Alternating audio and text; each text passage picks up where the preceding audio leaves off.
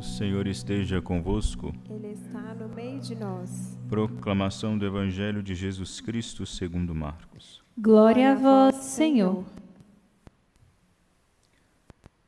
Depois de saciar os 5.000 homens, Jesus obrigou os discípulos a entrarem na barca e irem na frente para Betsaida, na outra margem, enquanto ele despedia a multidão. Depois de se despedir deles, subiu ao monte para rezar. Ao anoitecer, a barca estava no meio do mar, e Jesus sozinho em terra. Ele viu os discípulos cansados de remar, porque o vento era contrário. Então, pelas 3 da madrugada, Jesus foi até eles andando sobre as águas, e queria passar na frente deles. Quando os discípulos o viram andando sobre o mar, pensaram que era um fantasma e começaram a gritar. Com efeito, todos o tinham visto e ficaram assustados. Mas Jesus logo falou: "Coragem, sou eu, não tenhas medo." Então subiu com eles na barca, e o vento cessou. Mas os discípulos ficaram ainda mais espantados, porque não tinham compreendido nada a respeito dos pães. O coração deles estava endurecido. Palavra da salvação. Glória a vós, Senhor. Meus caros irmãos e irmãs, a liturgia desses dias que precedem o dia da Epifania, eles vêm colocar no nosso coração, na nossa inteligência, esta verdade que nós celebramos, no dia domingo, esse domingo passado, de que Jesus, esse homem que veio ao mundo, ele é Deus. Ele é homem, claro, verdadeiramente homem, integralmente homem, mas ele também é verdadeiramente Deus. Para que precisamos crer nisso com firmeza?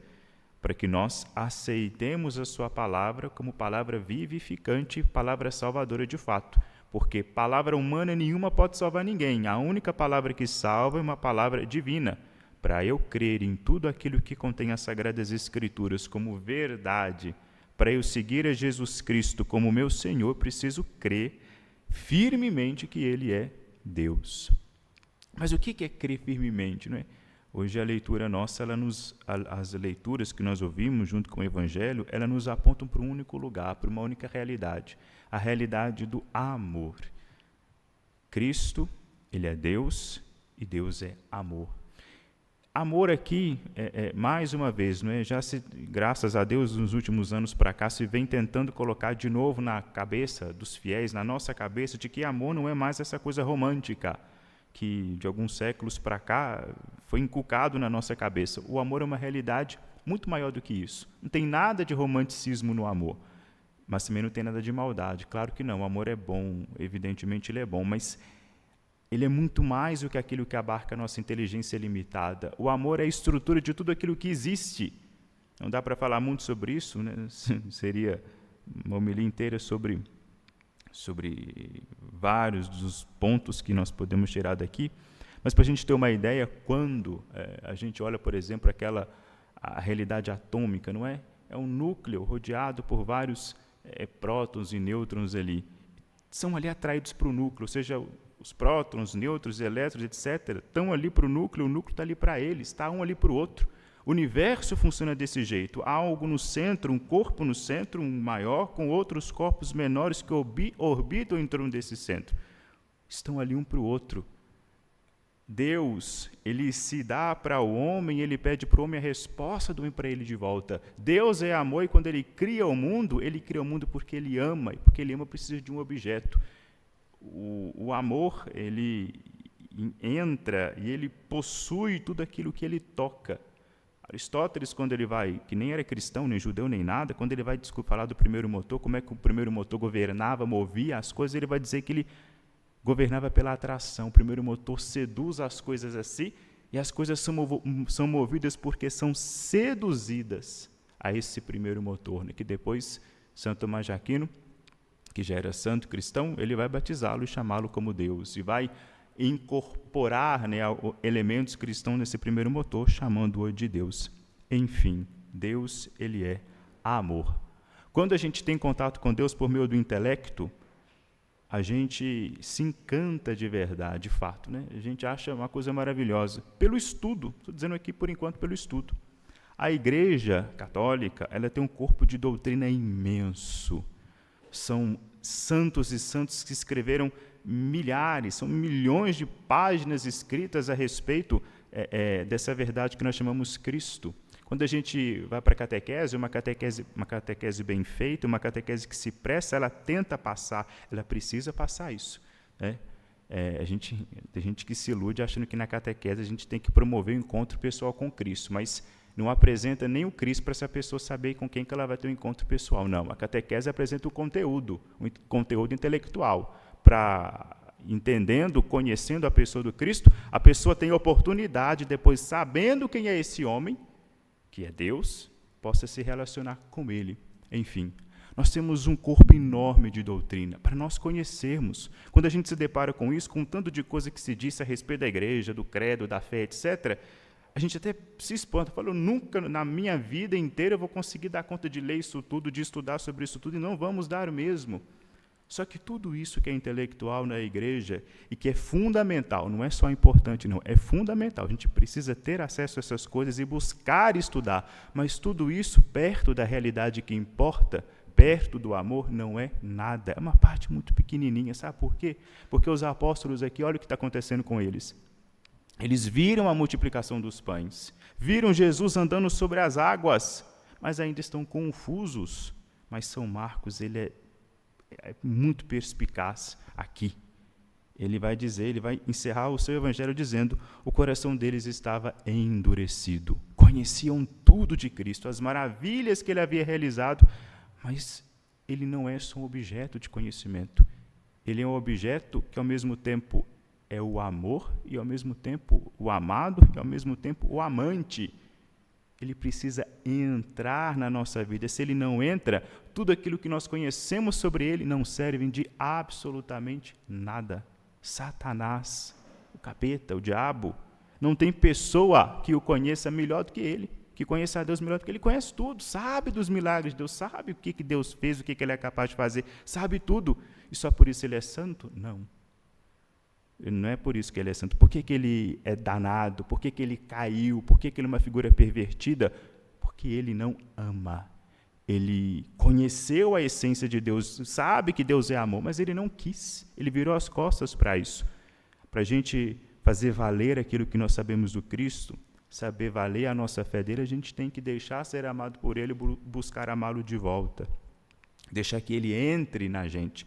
E como é que acontece isso? Como é que eu dou esse passo para abrir o meu coração? Em primeiro lugar, não depende da gente. Não totalmente da gente, pelo menos não totalmente. Isso é uma coisa prática, tá? Não é idealizado, não. São João vai nos dizer que, na primeira leitura, São João já disse que quem nos dá isso, quem nos faz permanecer com Cristo, é o Espírito Santo. Conheço a Cristo, fico encantado com ele, mas e agora? Como é que eu faço para eu começar a amar esse homem? Porque Cristo sendo Deus, o amor meu que eu tenho, humano, é insuficiente para eu amá-lo. Do mesmo jeito que meu cachorro não consegue me amar do mesmo jeito que eu amo. São níveis diferentes, são linhas diferentes. Eu amo meu cachorro totalmente, me preocupo com ele.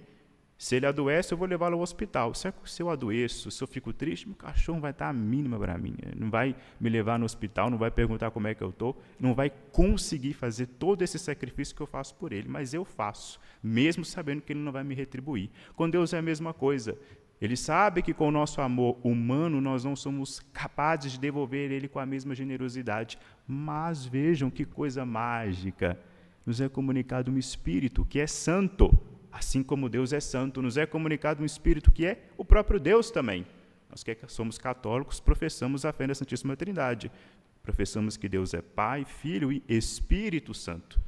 O Espírito Santo é que vai vir ao nosso coração por meio da oração.